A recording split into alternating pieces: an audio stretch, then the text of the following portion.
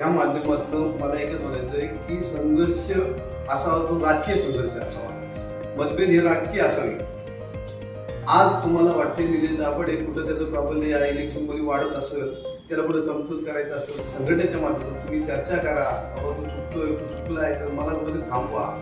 पण हे अशा काही अनुचित शक्तीला तुम्ही साथ देऊन अशी अनुचित घटना करू नका की राजकीय जे आता आपण म्हणतो की राजकारणामध्ये उतरायला सर्वसाधारण माणूस या कारणे घाबरतोय की उद्या माझा पोरगा बाहेर गेला तर सुरक्षित आहे की नाही. आज मी त्या ज्यावेळेस पोलीस कंप्लेंट देऊन मी घरी आलो तर अक्षरशः माझ्या घरात शोकंता उंदरा माहीत झाल्या की शोकंत होती माझी बायका, पोरं, माझी आई, चुलती भाऊ माझे रडत होते की एक 2 सेकंदाचा प्रसंग जर मला ते खडीचा आवाज नसता आला पळताना तो मुलगा माझ्याकडे धावतोय, ती गाडी माझी ते नसली असती, तो सरळ आला असता माझ्यावर, तो घाव घातला असता डोक्यामध्ये माझ्या, तर मी त्या खडीमुळे निवळ ते वाचलो.